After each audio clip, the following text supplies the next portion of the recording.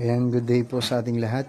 Ito po ang Teacher 4 Applicant Rating Sheet para sa ating classroom observation. Ang COI for Teacher 4. So bago po yan, sagutin muna natin yung tanong ni ma'am. Yung po nag-message sa akin. Hello sir, qualified po ba ang T1 na magpa-reclass sa T3 kahit po may satisfactory? So yes po, pwede po na qualified siya as long as na ma-met niya yung qualification standard na hinihingi po doon sa bilang ng NCOI at ng COI. Kung ito po ay satisfactory lahat, may bibilangin mo po doon. Kapag qualified ka, so pwede ka pong magpa-reclass. So kailangan natin yung education, training na 16 hours at yung pong ating training, education at ang ating pong experience. Pagpasok na po kayo doon, kung T1 ka pa lang, 1 year ka pa lang, hindi ka po pwede mag T3.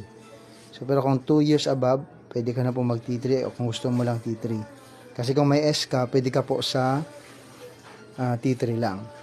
So ayan po So pero about naman po doon sa qualification, dapat ma-meet mo po 'yan.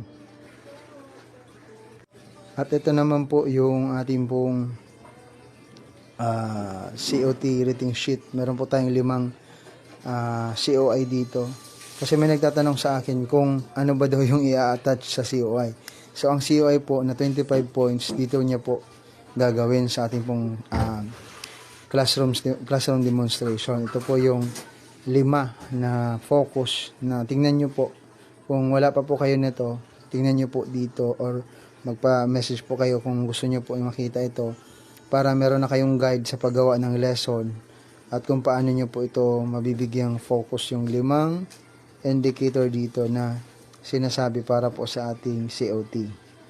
So 25 points po yon para maayos nyo pong